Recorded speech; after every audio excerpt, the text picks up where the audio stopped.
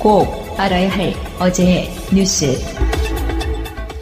18대 대선 닷새전인 2012년 12월 14일 김무성 의원은 부산에서 당시 박근혜 후보 지원 유세를 합니다. 노무현 대통령이 김정일에게 가서 한 굴욕적인 발언에 대해서 제가 오늘 대한민국 최초로 이 자리에서 공개하겠습니다. 노 전 대통령 발언이라며 손에 든 내용을 읽습니다. NLL 문제는 국제법적인 근거도 없고 논리적 근거도 분명치 않습니다. 이듬해 검찰 조사 땐 출처가 정보지였다고 했습니다. 찌라시 형태로 대화록 중에 일부다 하는 그러한 문건이 들어왔습니다. 최초 공개라 했던 것과는 거리가 있지만 검찰은 김 의원 주장을 받아들여 무혐의 처분했습니다. 하지만 국정원개혁발전위원회는 출처로 청와대를 지목했습니다. 원세훈 전 원장 시절 청와대에 보고한 10쪽의 대화록 발췌본과 김 의원 발언이 일치한다는 겁니다. 당시 김 의원 발언과 청와대 보고 문건은 문장의 순서까지 같았습니다. 오히려 대화록 원문과는 순서가 다릅니다. 한 문장 안에서의 표현도 청와대에 보고된 문건과 같았습니다. 역시 원문과는 차이가 났습니다. 검찰은 김 의원을 상대로 대화록 유출 의혹에 대해 재조사할 계획입니다. 지난해 11월 가장 먼저 새누리당을 나온 김용태 의원은 유승민 의원에게 탈당을 강권했습니다. 더 이상 어떤 수모를 당해야 친박들과 결별할 것입니까? 새누리당의 적통을 가지고 있어야 보수 재집권이 가능하다고 믿습니까? 하지만 김 의원은 1년이 안 돼 새누리당의 후신 자유한국당으로 돌아갑니다. 바른정당에 남기로 한 유 의원은 황당하다는 반응입니다. 저는 이제 새누리당에 남아서 끝까지 개혁을 해보려고 했던 사람이고, 지금 탈당하신 분들이 이제 제일 먼저 탈당을 하신 분들이죠, 작년에. 김 의원이 새누리당을 떠난 뒤 새로 구성된 서울 양천을 한국당 당원협의회 반응은 더 격합니다. 현재 당협위원장을 중심으로 김 의원이 후안무치하다며 정계 은퇴를 요구합니다. 김무성 의원의 지역구에서도 총선 불출마 요구 성명이 발표될 예정입니다. 의원뿐 아니라 바른정당 사무처 직원 10여 명도 복당을 신청할 걸로 알려지면서 반발이 커지고 있습니다. 당 재정난으로 희망퇴직을 받는 상황에서 당을 버렸던 사람들을 받아줄 수는 없다며 노조위원장이 단식에 돌입했습니다. 이런 가운데 친박계를 중심으로 징계 요구도 나옵니다. 김무성 의원이 대표였던 지난 총선 때 공천을 받지 못했던 이재만 최고위원은 김 의원 복당 즉시 징계위에 회부하겠다며 벼르고 있어 충돌이 불가피합니다. 제명 위기에 놓인 서청원 의원은 남아서 싸우겠다며 자진 탈당을 거부한 상태입니다. 이런 가운데 서 의원 측 관계자는 홍준표 녹취 파일이 분명히 있다고 주장했습니다. 성완종 게이트 재판을 받던 홍 대표가 핵심 증인 윤승무 씨의 회유를 서 의원에게 부탁하는 통화 내용을 파일로 가지고 있던 겁니다. 윤 씨는 서 의원과 가까운 사이였습니다. 다만 서 의원 측도 파일의 구체적인 내용은 말할 수 없다며 공개 여부도 더 검토해야 한다고만 밝혔습니다. 파일을 활용해 친박계 인적 청산에 나서려는 홍 대표를 압박해 보겠다는 겁니다. 친박계 당원들이 홍 대표에 대한 직무정지 가처분 신청서를 낸 것도 같은 이유에서입니다.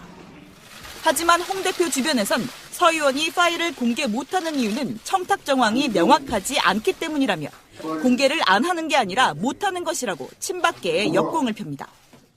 홍 대표 스스로도 페이스북을 통해 개가 짖어도 기차는 간다며 국회에 사이코패스가 많다고 인적 청산 강행 의지를 밝혔습니다. 방송 중간에 좋아요를 눌러주시면 새날팀들에게 큰 힘이 됩니다. 미리 감사합니다. 트위터가 진짜 언론입니다. 걸어다니는 정치 시사 백과사전 디테일의 제왕 최민희 의원과 깨먹는 시간입니다.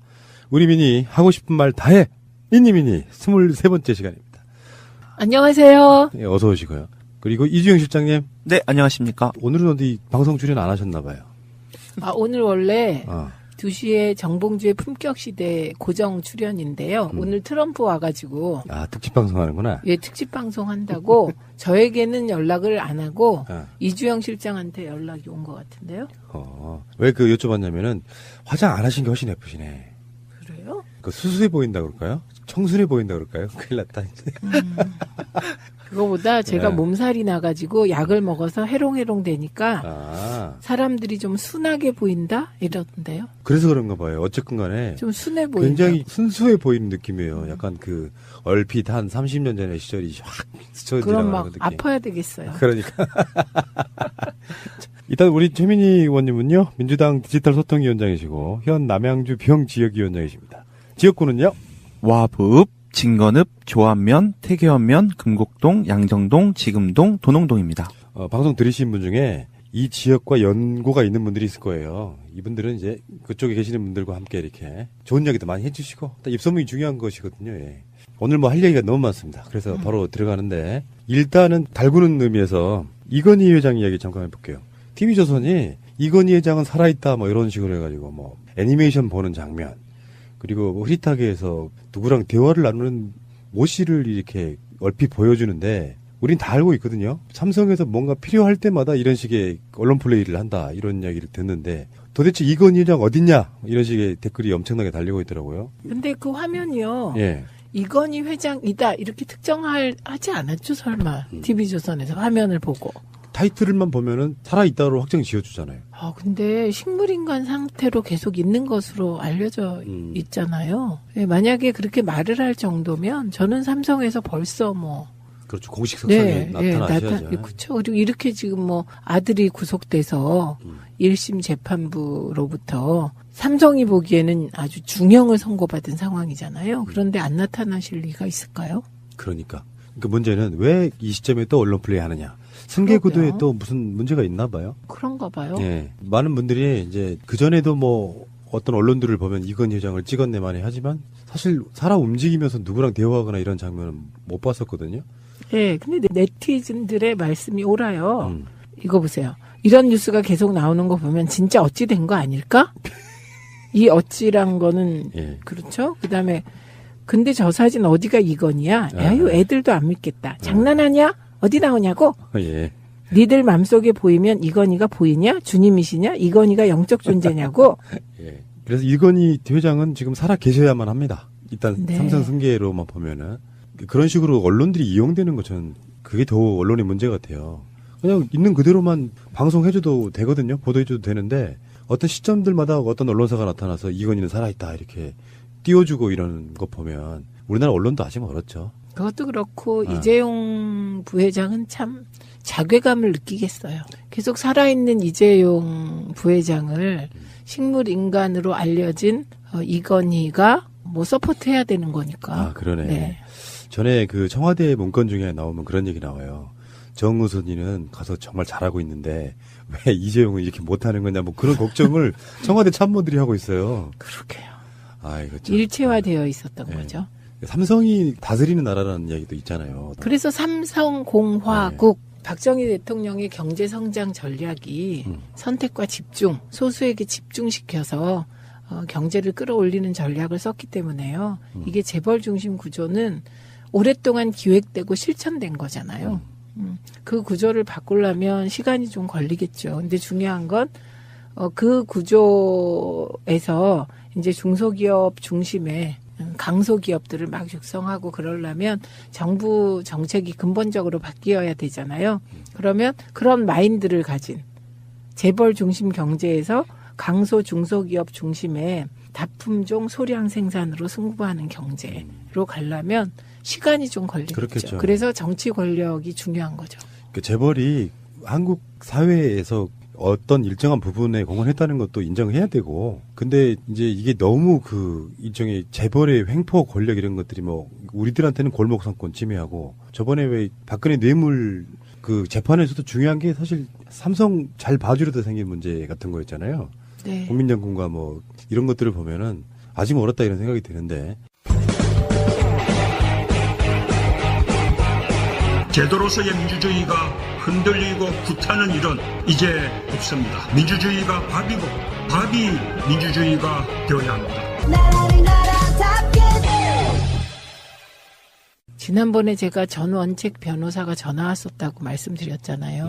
이번엔 좀 아까 류여해 최고께서 전화를 하셨더라고요. 왜 또? 이유는 이제 지금 자유한국당에서 명예훼손 소송을 걸라고 하는데 그 명단을 쭉 보니까 거기에 제가 있었다는 거예요. 그래요? 그런데 그래서 제가 무슨 명예훼손 소송 거리가 있습니까? 그랬더니 제가 이제만 류여해를 친박이라는 얘기를 했다는 거예요. 그래서 그 그러니까 이재만이란 분은 친박이라면서요. 동구청장 대구. 네. 유승민. 그렇죠. 네. 그 지역에서. 네. 그런데 이제 유여해 최고는 자신은 친박이 아니다. 그럼 친홍인가요?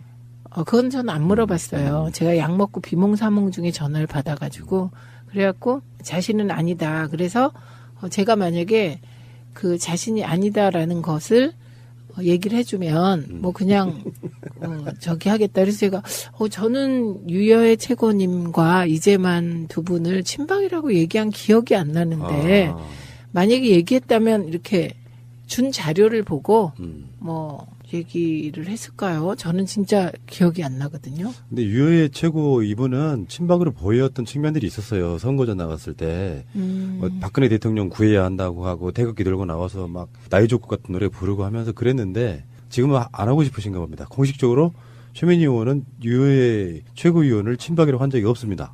근데 저는 친박이라고 생각하지 않습니다. 그런데 이제 좀 그 후로 생각이 든 게 친박이 왜 나쁜가. 자유한국당 내 친박은 정권을 이끈 핵심 세력이잖아요. 근데 지금 친박이 아니다라고 하는 다른 분들은 왜 그런지를 잘 모르겠습니다. 저희는요, 노무현 대통령 지지율이 떨어지고 뭐 검찰 조사 받더라도 우리가 친노임을 부정하지 않았거든요. 내놓기 부끄러우신가 보죠. 친노임이 자랑스러웠어요. 어떤 순간에도. 그리고 믿었고 대통령님을. 자, 친박 아님. 네, 유여해 최고님을 제가 친박이라고 한 기억이 없는데 네. 혹시 이제 얘기하다가 네. 그런가요? 뭐 이렇게 맞장구를 쳤다면 저는 유여해 최고님을 친박이라고 생각하지 않습니다. 예, 존중해 드려야죠. 아니라신. 네. 알겠습니다. 잠시 후에 다시 오겠습니다. 자, 전희경 의원이 어제 있었던 청와대 국정감사에서 청와대 참모진들을 주사파 이런 이야기를 하는 바람에 굉장히 논란이 됐는데요. 해묵은 색깔 논쟁 뭐 이렇게 봐야 되지 않겠습니까? 우선 저는 전희경 의원이 그 운영위에서 한 행태부터 좀 문제라고 생각을 합니다. 왜냐하면 보니까 운영위를 떠나셨더라고요. 오늘 보니까 사보임을 했어요. 그래요? 그러니까 전형적인 치고 빠지기를 한 거더라고요. 그래서 운영위는 이게 굉장히 핫한 상임위이고요. 운영위에서 이슈가 많이 나오거든요.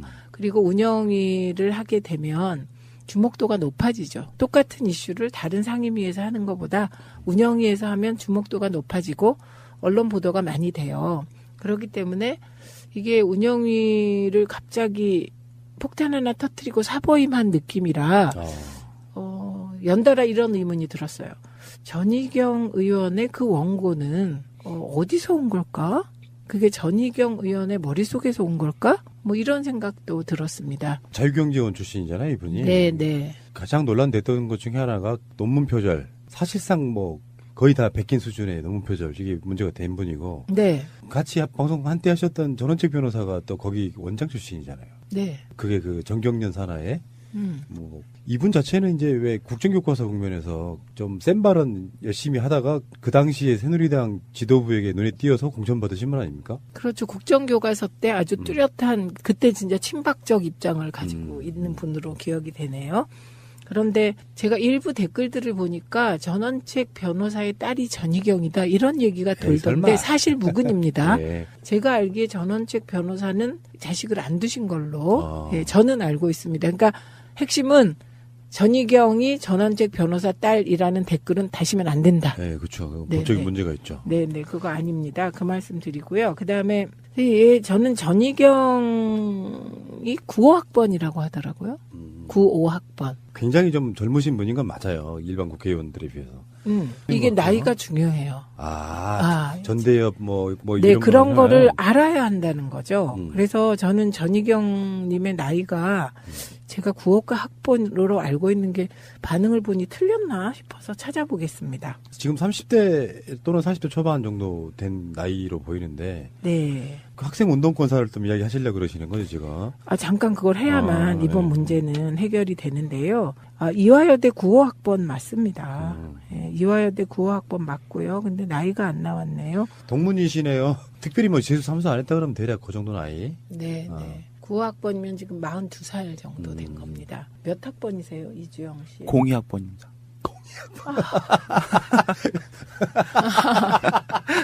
제가 386의 막내 정도 되거든요. 그러면 그러니까 근데 푸나님하고 얘기하다 보면 직접 몸으로 학생 운동을 하거나 민주화 운동을 한 것 같진 않으세요. 그런데 학생 운동이나 민주화 운동에 대한 이해가 있으시거든요. 했죠, 학교 때. 그러니까 네, 청학에 들어가진 않았지만. 그렇죠. 학과 차원에서도 하니까요, 우리 때는. 네. 그렇죠. 그래서 임종석 비서실장을 향해서 주사파가 청와대를 장악했고 당신의 머릿속이 궁금하다 이런 얘기 한 거잖아요. 그리고 전대협 의장 출신인 임종석 실장에게 전대협의 강령이 반미 민중에 근거한 진보적 민주주의를 밝히고 있고 청와대에 들어간 전대협 인사들이 이 같은 사고에서 벗어났다고 볼 수 없다. 이렇게 얘기한 거잖아요. 그래서 저는 이게 되게 운영위를 하게 되면 의원 혼자 이런 거 하지 않아요. 특히 19대 때도 보면 여당임에도 새누리당은 운영위에 전략을 짜고 나와요. 그래서 역할 분담을 했구나 이런 느낌이 들게 하거든요. 그래서 저는 전희경의 이 발언은 전희경의 독자적인 발언이나 행동이라기보다는 자유한국당 운영위 차원의 전략이었고 일종의 행동대로서 이런 발언을 했다고 생각합니다. 그래서 이제 치고 빠져라. 그래서 빠진 거라고 봅니다. 왜냐하면 사보임문 원내대표가 결정하는 거거든요. 네. 전략적으로 새누리당 차원의 작전이었다. 저는 그렇게 보입니다. 그러니까 청와대 스크래치 내기 1단계 첫 번째. 네. 그리고 이 전략은 요 운영위에만 통하는 전략이 아닙니다. 지금 변형된 색깔론으로 홍준표 대표가 계속 이 전국을 이끌어가고 있거든요. 예, 과거에는 그냥 빨갱이다. 그거 자체로 이제 낙인이 찍히는 거였잖아요. 근데 이제 더 이상 그 사람이 빨갱이다로는 뭐가 안 통하잖아요. 예, 그러니까 되게 강론으로 들어간 거예요. 저자가 반미주의자다, 공산주의자다 이게 아니라 젊었을 때 전대협을 했고 전대협의 강령에 반미가 있고 민중에 근거한 진보적 민주주의가 있다. 강론으로 세부적으로 들어가니까 뭔가 그럴듯해 보이잖아요. 그러니까요. 네, 그러니까 이것이 일개 의원이나 특히 당시 시대 상황도 모르고 반미가 왜 그 당시에 나왔는지 민중이란 단어의 의미가 뭔지 진보적 민주주의의 핵심이 뭔지 전대협은 왜 구성됐는지 이거를 저는 알면서 전희경 의원이 이랬다고 보이지 않아요. 그래서 이건 큰 자유한국당의 원내 전략의 일환이다. 이렇게 봅니다. 그러면 이렇게도 볼 수 있겠네요. 그러니까 사실 이런 게 안 먹히잖아요. 전대협이 대단히 무슨 범죄 집단이나 되는 양 이렇게 말하고 있지만 사실 한국 현대사에 있어서 민주주의에 큰 노력을 하신 그런 대표성을 갖고 있는 그런 분들이라고 저는 보거든요. 근데 그 상황에서 이런 식으로 이렇게 스크래치를 낸다는 건 일반 국민들에게 먹혀라 이런 것보다는 자기 지지층에 또 소구하는 그런 전략 아닐까요? 예, 탄핵에 반대한 14%를 겨냥한 전략이 홍준표 전략이니까요. 네. 그런데 전 의원의 다른 이어지는 발언을 보면 진짜 이건 수준이 그렇죠. 예, 임종석 실장이 얘기했듯이 국민의 대표답지 않게 이어간 질의를 좀 더 보면요. 이런 인사들이 이게 전대협 인사들을 말하는데요. 도널드 트럼프 대통령의 방안을 이야기한다고 하는데 때 맞춰 반미 운동을 한다는 사람들과 뭐가 다른지 알 수가 없다. 무슨 말인지도 모르겠어요. 그러니까. 네, 그러니까 잘 모르고 맞아요. 왜 아이들이 왜 말 배울 때 보면은 어른이 한 얘기를 막 흉내내잖아요. 그런 느낌이 좀 듭니다. 그 다음에 더 웃기는 건 이건데요. 전대협에서 이야기한 진보적 민주주의는 헌법재판소에서 통합진보당 해산 판결의 주요 이유였다. 통합진보당을 탁 끌어들입니다. 그 인용하고 있는 진보적 민주주의란 말 자체를 이해를 하고 이해 있을까요? 못하는 거죠. 우리가 오늘은 그걸 해야 된다는 거예요. 저는 이왕에 이렇게 된 거 참교육을 시전해 봅시다. 네. 그리고 이어서 또 전희경 의원이 북한식의 사회주의를 추종하는 것이다. 이렇게 얘기를 했는데요. 진보적 민주주의가 북한식의 사회주의를 추종하는 거 아닌 거 다 알고요. 그러니까 이런 것에 대해서 전혀 입장 정리도 안 된 분들이 청와대 내에서 일하니 이건 언어 도단이죠. 입장 정리가 안 된 분들. 선배들한테. 저는 이번에 논문 표절과 빗대서 정말 무식하신 분이구나. 네, 네. 그러니까 이게 그런 이해도가 없는 상태에서 이렇게 활자로만 잠깐 뭔가를 접한 사람들이 갖는 대표적인 모습이 이런 거예요. 네. 저기 잠깐만 쉬었다 가는 위해서 제가 이주영 실장님 나이 보고 좀 깜짝 놀랐는데 학생운동 해본 적 없으시죠? 군대도 갔고. 네, 없습니다. 없으니 군대도 장교로 갔을 것 같은데. 네. 저 대학교 다닐 때요, 전방 입소가 없어졌어요. 일부 있다가 없어진 상태예요. 그러니까 전방 입소 거부를 해가지고 제가 제대를 할 때 30개월을 딱 채우고 나오는데 한 달 반짜리 그 혜택을 못 받았어요. 그러니까 나보다 더 늦게 들어온 놈이 빨리 나가는 한 달 빨리 나가는 막 이런 거를 직접 눈으로 목도를 하고 그랬었는데 아까 의원님 어떻게 말씀하시는 거 들은데 우리 때까지만 해도요, 사실은 대학교에 다니는 대다수의 인원들은 총학이 아니라도 다 운동권이었어요. 그러니까 큰 집회 있으면 다 나가지고 그리고 과대표만 해도 대부분 다 그런 집회 같은 데 나가서 안 나가면 좀 이상할 정도의 그런 분위기였기 때문에 근데 그게 무슨 북한에 지령받고 하는 게 아니고 그렇잖아요. 박정희, 전두환, 노태우 이런 과정을 거치면서 민주주의라는 걸 얼마나 갈급했습니까. 예를 들어서 오늘 트럼프 방한도 했는데 당시만 해도 5.18이라고 하는 게 미군이 방조했거나 혹은 사주했거나 여러 가지 의혹들이 갖고 있던 바로 그런 시절이에요. 그러니까 미국으로 하여금 여기에 대한 확실한 진상규명을 해달라 이런 요구도 분명히 있었던 거고요. 그러면서 전두환 정권까지 또는 어떤 정권까지 비호를 해가면서 우리나라 민주주의를 방해했던 측면이 있거든요. 그러니까 학생들 입장에서는 지금이 학생들의 목소리가 사회적으로 좀 낮지만 당시 80년대까지만 해도 사회를 끌어가는 주도 세력이 학생들이었습니다. 거기 앞장섰던 분들이 다 감옥 한두 번씩 갔다 온다는 전대역 이런 거였고. 네, 그렇죠. 그래서 지금 푸나님이 왜 전국 대학생 대표자 협의회가 반미를 할 수밖에 없었는지의 배경에 대해서 지금 말씀을 좀 하셨는데요. 이런 얘기 정도를 이해를 못할 것 같고 전 의원은. 근데 말은 막 하는 거죠. 그렇기 때문에 청와대에서 인사 참사가 났다는 거예요. 인사 참사도 없었는데. 예, 그다음에 안보와 경제를 하나도 못 챙긴다. 그러니까 이건 다 사실이 아닌 걸 말하는 거고요. 여기에 또 문정인 대통령 통일외교 안보특보를 끌어들입니다.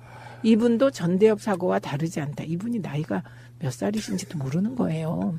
저는 문정인 특보의 강연이나 인터뷰를 볼 때마다 그 사고의 깊이와 고뇌의 정도에 감탄하거든요. 미국 조야에서 가장 석학으로 인정해주는 한국인 중에 한 명이에요. 그러니까 하룻강아지가 지금 이러고 있는 거고요. 그러면서 이건 이제 문정인 특보가 명예훼손 소송을 해야 될 사안인데 북한의 대변인이지 대통령을 보좌하는 사람 입에서 나올 수 있는 말이냐. 그러니까 막 던진 겁니다. 그렇죠. 막말 대잔치였고요. 새가 날아든다는 여러분들의 하트를 먹고 삽니다. 잊지 않으셨죠? 에피소드 제목을 누르고 플레이가 되면 오른쪽 위에 하트를 꼭 눌러주세요.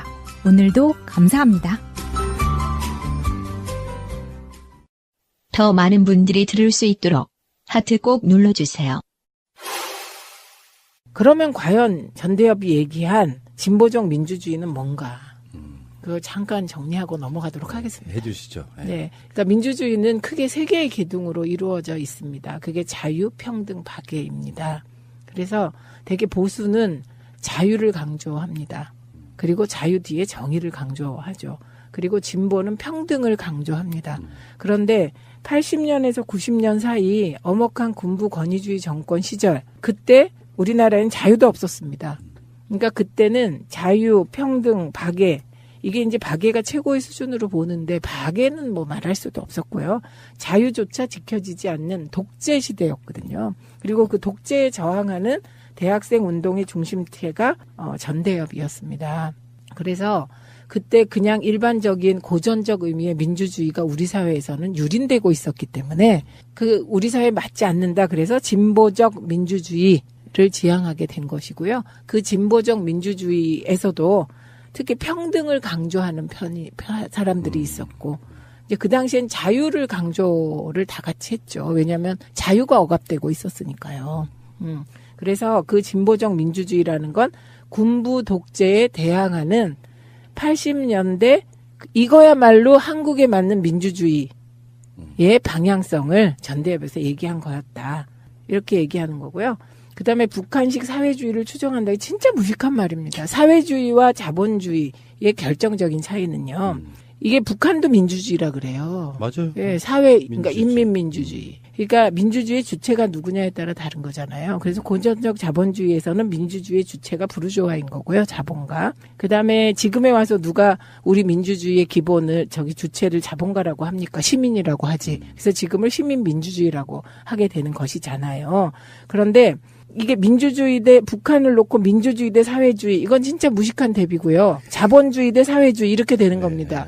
핵심이 뭔지 아냐? 생산수단의 소유가 어디에 있느냐잖아요. 사회주의는 생산수단의 사회적 소유를 핵심으로 합니다. 그러니까 이런 무식한 말을 국회 운영위에서 대한민국 국회의원이 했다는 거는 대한민국 국회 수치인 것이죠. 해묵은 이런 논쟁 자체는 의원님하고 저하고 한 20년 전에도 했을 법한 이야기를. 그렇죠. 지금은 이런 말 하지도 않아요. 그러나 이렇게 명확하게 정리를 하고 넘어가겠습니다. 그리고 또 한 측면에서 이제 이 말씀을 꼭 오늘 드리고 싶었어요. 저는 굳이 따지면 그냥 민주주의자입니다. 진보적 민주주의자. 저는. 푸나님은 어떻게 PD예요? NL이에요? 새날 PD잖아요. 새날 PD로 새날 PD를 하세요, 그냥. 학생 운동권에서 저는 PD, NL 뭐 이 계열의 어떤 생각보다 예를 들면 일정 시기 정도에는 미국에 대한 반작용으로 예를 들어서 주체적인 사상을 갖고 있어야 된다는 생각들이 팽배했던 시절이 있었고요. 그게 북한에 세뇌됐다 이런 것보다는 좀 이런 측면이 있잖아요. 김일성이 갖는 주체사상이라고 하는 그게 예를 들면 강대국으로부터 그 어떤 영향을 받지 않고 우리 그냥 주체적으로 나라를 끌어가겠다고 하는 그런 마인드는 김일성이 아니라도 정신 바로 바뀐 지도자들은 다 그렇게 생각을 하죠. 맞습니다. 이제 그거를 모양이 비슷하다고 해서 그렇게 공격받았던 게 바로 김대중 대통령이잖아요. 연방 관련한 연방제의 민주주의 통일. 이게 약간 헷갈리는 게 있는데요. 그 북한의 주체 사상이 나오는 시기를 잘 봐야 되는 거죠. 북한의 주체 사상이 나오는 시기는 소련에서 스탈린이 실각하고 후르바초프가 등장하던 후르시초프 이거 보세요. 옛날 고리짝의 냉전시대 얘기하니까 이름도 까먹었어요. 후르시초프가 등장을 하면서 그 스탈린은 이게 일국 사회주의를 지향하면서 독재로 간 거잖아요. 그러면서 소련과 북한의 관계가 이게 바뀌게 됩니다. 그래서 이 스탈린 독재가 종식되면서 후르시초프가 나오고 그러면서 후르시초프가 약간의 수정주의적인 노선을 걷게 되면서 그 북한과 소련의 관계가 변화가 올 때 그때 김일성이 북한의 일국 사회주의를 이끌어가고 자신의 권력 체계를 공고히 하기 위해서 만든 게 주체사상 아닙니까? 그러니까 그 옛날 고리짝 다 까먹었어 지금. 예, 그러니까 이런 거 다시 끌어들이면 안 되고요. 그러나 이제 이 부분은 제가 얘기를 해야 돼요. 지금은 임종석 실장이나 저나 이제 정치권에 들어와서 이렇게 뭐 가고 있지만 저는 79학번이에요. 그리고 저희는 조직을 만들어서 운동을 할 수 없는 상황에서 학생 운동을 한 사람들이죠. 우리는 이제 지하 서클밖에 할 수가 없었어요. 지하 서클 하다가도 만약에 우리끼리 한 5명이 모여서 전두환을 욕하다 걸리면 그냥 그것만으로도 감옥에 가고 이게 엮여져서 무슨 반정부 투쟁 조직으로 조직 사건이 터지던 때의 운동을 저희가 했잖아요. 근데 그런 시절을 보내고 제가 학생 운동이 그럼 나의 후배들은 어떻게 변했을까? 나의 후배의 후배들은 어떤 생각을 했을까? 나의 후배의 후배들은 어떻게 생각을 했을까? 이걸 쭉 생각해 보면 정리하자면 학생 운동은 딱 2가지로 요약된다고 생각이 됩니다. 첫째는 순수한 열정. 그렇죠. 젊음이 가지는 열정. 이게 하나고요. 2번째는 비타협적 투쟁. 이게 학생운동의 2 기둥입니다. 그러니까 학생들에게 이념이란 이거를 그 통치하는 독재자들이 북한과 연결해서 매도를 하건 아니면 정말 학생운동권의 일부가 우리나라의 모순을 해결하는 방법으로 사회주의를 하면 어떨까 생각을 했건 그게 별 중요하지 않아요. 이미 조건이 뿌띠 부르주아들이에요. 옛날로 치면. 이 말도 너무 웃기죠. 지금 하니까. 그러네. 예. 적어도 우리 사회에서 80년대에 대학을 다녔다 이 말은 대학을 보낼 조건에 부모님을 가졌다는 겁니다. 예, 그렇기 때문에 학생운동은 필연적으로 낭만성을 동반할 수밖에 없어요. 그래서 그게 비타협적 열정으로 이어지는 거죠. 젊기 때문에.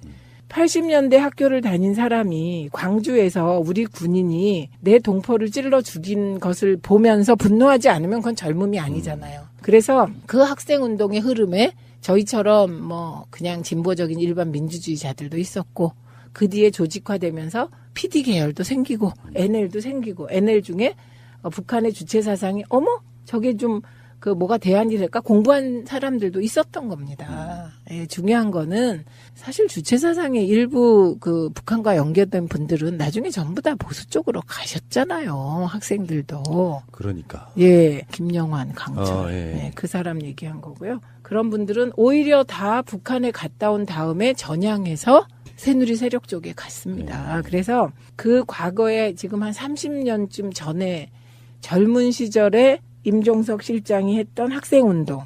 그건 그 시대의 정의였고요. 정당한 일을 한 겁니다. 그러면 지금 임종석의 머릿속을 사상검증하겠다? 하려면 제대로 해야죠. 예, 그런데 이렇게 유치하게 뭐 말도 안 되는 얘기 늘어놓고 치고 빠지는 건 정말 새누리당 아주 비호감 곱하기 억만됩니다. 스크래치만 내고 사실 책임 어떤 거 지지 않으려는 일단 전희경 씨가 논문 표절 이제 논란이 되니까 총선 끝나고 슬그머니 이제 그 이화여대에서 받았던 석사학위 논문 반납하고 인정한 거죠. 네. 복사 수준의 논문이었다고 합니다. 그런 이야기가 좀 있었고. 네. 그 세력 자체는 좀 부도덕하다는 게 이런 거예요. 숙명여고 건도 하나 있었잖아요. 네. 그러니까 영부인 김정숙 여사의 고등학교 동문들이 몇 명 있으면 그게 또 김정숙 인사가 되는 뭐 이런 식으로 막 던지는 어떤 시점에서는 그쪽에 출신 분들이 사회적으로 뛰어나는 숙명여고가 수성동 아닌가? 우리 둘째 언니가 숙명여고 나왔어요. 그런데 그때는 경기 이화 숙명. 그래서 그 여학교 중에 경기 이화 숙명을 다니면 아주 수재였거든요. 그래서 저는 그냥 지금 김정숙 여사가 예전에 참 수재였구나. 그러니까 이게 전수조사를 하면 골고루 있을 텐데 몇 사람이 있다고 그 인사한다 이런 식으로. 그거 따져보면 그 경기여고가 제일 많을 테고요. 그러니까. 또 따져보면 이화여고가 그 다음에 많을 테고 그 다음에 이제 그 다음에 숙명여고가 많을 수밖에 없어요. 나이 드신 분들은. 그러니까. 네. 그래서 그런 말도 안 되는 얘기 하지 마시고 그리고 지금 국회의원도 마찬가지인데요. 과거에는 이대가 절대적으로 많았습니다. 왜냐하면 과거에는 좀 공부를 웬만큼 하고 그 똑똑하다 그러면 이대가라고 어른들이 그래서 이대를 많이 갔는데 제가 20대만 해도 보니까 이제 점점 다른 그 남녀공학 가는 비율이 많아지면서 인재가 분산되잖아요. 그러니까 여성 국회의원들이 뭐 이렇게 분산되더라고요. 명문대 출신들로. 그러니까 그런 말씀 하시면 안 됩니다. 무슨 말인가 했네. 저번에 청와대로 들어가실 때 어떤 분 와서 민원 해결하려고 들어왔던 분이 있었잖아요. 근데 그 민원을 이야기하려고 하니까 여사님이 그런 얘기했죠. 나는 그런 거 모르고. 그러니까 그게 진짜로 몰라서 모른다기보다는 확실하게 선을 긋고 있는 분처럼 보이는데 거기에 무슨 뭐 또 영부인의 인맥이 있다 이런 식으로 이 사람들 있잖아요. 법적으로 이렇게 어떤 그게 없어요. 지금 국정감사장이니까 없죠. 네. 없어요. 그게 그 면책 득권. 그런 건데요. 근데 제가 진짜 안타까웠던 건 청와대에 물을 게 야당 입장에서 엄청 많거든요. 왜 이런 걸 묻고 있냐고요. 물어볼 게 많은데 진짜 한심하다는 생각을 했습니다. 예, 알겠습니다. 잠시 후에 다시 오겠습니다. 박근혜 씨가 출당됐고 그리고 바른정당에서 9명이 넘어오는 상황이고 이 이야기를 뭐 해보려고 해요. 그러니까 방송으로 너무 많이 했던 이야기들이기 때문에 특별히 뭐 이렇게 새로울 건 없는 이야기인데 정리가 좀 필요한 것 같아요. 그 속에 들어있는 이면에 그들의 의도랄까 또는 이게 앞으로 어떤 영향을 끼칠까 하는 그런 점들을 좀 잠깐만 이야기 한번 해보겠습니다. 정치라는 게 생물이라는 게 그런 것 같아요. 정말 예전에는 살짝 친이였고 또 독고다이 느낌도 줬던 홍준표가 사실 또 당첨 맞은 거잖아요. 그 박근혜 탄핵 국면에서 그래서 대선 후보를 지내면서 그 힘으로 당대표까지 하고 있는 상황인데 그러면 기존에 있던 자유한국당은 사실 친박당이라고 할 만큼 절대 다수가 친박이었던 상황이고요. 공천도 그렇게 받았고 또 거기에 관련된 또 국정원 뇌물 게이트도 또 연관이 있는 거고 막 이런 상황이고 그래도 당대표를 하고 대선을 치르는 과정에서 친홍은 생겨나죠. 어쩔 수 없이 새로 줄서는 인물들이 있잖아요. 대표적으로 저는 바른정당에서 그 13명 넘어왔던 사람들이 결국에는 친홍으로 탈바꿈할 수밖에 없는 그런 위치에 있는 사람들이잖아요. 당대표이거나 대선 후보였던 사람 입장에서. 네, 그렇죠. 근데요, 이제 이 판을 볼 때 우리가 주의해야 될 지점, 저는 핵심이 엉뚱한 데 있다고 생각해요. 그게 뭐냐면 홍준표, 김무성, 서청원 이분들이 국회의원이 아니면 지금 뭐예요? 백수지 뭐. 그냥 백수가 아니잖아요. 원래 그 사람 뭐 원숭이는 나무에서 떨어져도 원숭인데 현역 국회의원은 국회의원 하다 낙선되거나 그만두면 사람도 아니다 이런 말이 있어요. 제가 지금 그래서 사람 아닌 사람인 듯 아닌 듯 초민이거든요. 우리 최민희 의원님은 그 사실 전 방송인이에요. 아니 신의 영역으로 올라갔어 지금. 아 어쨌든요. 디테일의 신. 그렇잖아요. 그러니까 지금 이 판에서 여러분이 주의해서 가장 핵심으로 봐야 될 건 뭐냐. 지금 국회의원을 그만두면 혹은 당대표를 그만두면 그냥 동네 할아버지밖에 안 되는 거예요. 그렇죠. 그런 분들이 지금 홍준표 대표, 서청원 의원, 그다음에 김무성 의원 이 세 분의 생존 노역의 혈투가 벌어지고 있는 겁니다. 그렇겠죠. 네, 그러면 포인트가 생기죠. 만약에 제가 홍준표 대표라면 내가 살기 위해서 뭘 해야 되겠어요. 그렇게 생각을 해보는 거고 내가 서청원 의원이라면 뭐가 하고 싶겠어요. 마지막으로 어떻게든 자유한국당 추스려서 뭐 하고 싶은 게 있어요. 김무성 의원 지금 뭐 하고 싶겠어요. 다시 새록새록 살아나는 권력의 꿈. 저거 중독이네 이거. 그래서 이런 식으로 풀어볼까 합니다. 그러면 이런 이야기 먼저 한번 던져볼게요. 네. 홍준표는 김무성의 세력이 필요하다 저는 그렇게 보거든요. 그렇죠. 네. 네, 그건 한마디로 아까 누구한테 혼났는데 EJ 전략이죠. 이쪽 동맹. EEJ. 예. 그러니까 홍구와 김이 동맹을 그쵸. 맺고 예. 절대적으로 다수가 필요한 친홍 세력을 만들고 친박과 싸우겠다 이런 거죠. 그렇죠. 그런데 사실상 친홍은 없습니다. 예. 그러니까 아까 그 푸나님이 말씀하셨잖아요. 홍준표의 본질은 독호다이다. 그런데 지금 그 먼저 바른당에서 넘어온 13명은 그러면 친홍이냐? 그냥 카멜레온인 거죠. 네, 그러니까 자기 사람이 없다고 봐야 되는 거예요. 그런 홍준표 대표가 살아남으려면 어떻게 해야 되는 거예요? 다른 세력으로 다른 세력을 쳐야 되는 거예요. 그러니까 홍준표 대표는 지금 뭐 통합을 하거나 혁신을 하거나 뭔가를 할 힘이 하나도 없습니다. 그런데다가요.